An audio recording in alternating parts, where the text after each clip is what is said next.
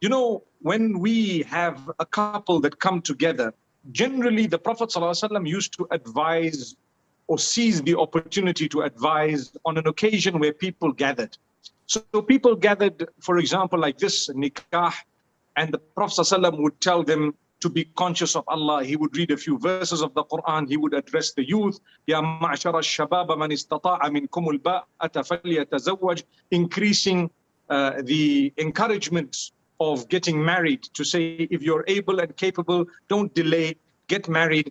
And at the same time, make it easy for your children to get married, because that is within the pleasure of Allah subhanahu wa ta'ala. So the issue of taqwa is very important. It is repeated in most of the verses, and especially the verses of khutbatul haja, which at times is also recited during a khutbah of nikah, when it comes to advising the people and so on. So you look at taqwa, ya ayyuhalladhina amanu taqullah, O you who believe, develop the taqwa of Allah.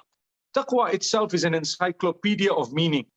And primarily it's developing the correct relationship with Allah, having enough fear that would keep you away from sin, and having enough hope that would make you, turn to Him at all times, having enough love of Allah subhanahu wa ta'ala that would make you do the right things, obey His instruction and command. If we have those qualities, when we get married, nothing can go wrong.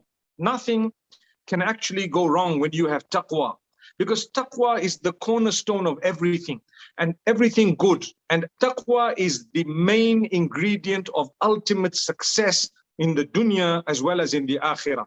So remember, our lives should be a journey of development of taqwa. That's the life. My life, from the beginning of my understanding age right to the end where I die, should be the development of taqwa, the betterment of it, the consciousness of how much consciousness I have of Allah subhanahu wa ta'ala. This is what would bring about goodness and happiness.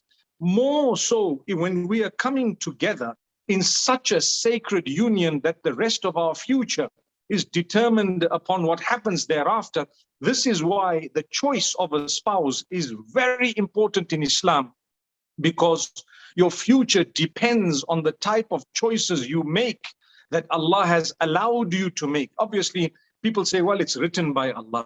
Remember, the writing by Allah subhanahu wa ta'ala does not necessarily mean He imposed it on you, but rather He gave you a leeway and a choice in certain matters. And that's what He's going to ask you about. So Allah is going to ask you and I how you use the choices. You had to choose a spouse. Did you choose someone who was respectful on both sides? Are you going to respect them so that your children can learn the respect and learn the duties they have unto Allah? Will you be fulfilling your ibadah together so that your children, your offspring, the families and everyone around you can learn from you, and you can become lil muttaqina imama, you can become a leader of the righteous? If you are not righteous, how will your children be righteous? If you are not respectful, how will your children be respectful? If you don't say the right things with your mouth in terms of dhikr, Quran, goodness, teaching goodness, and even saying words of love and kindness to those around you, how are people going to learn from you? So it's very important to highlight this matter upon the nikah, my dear son and my beloved daughter.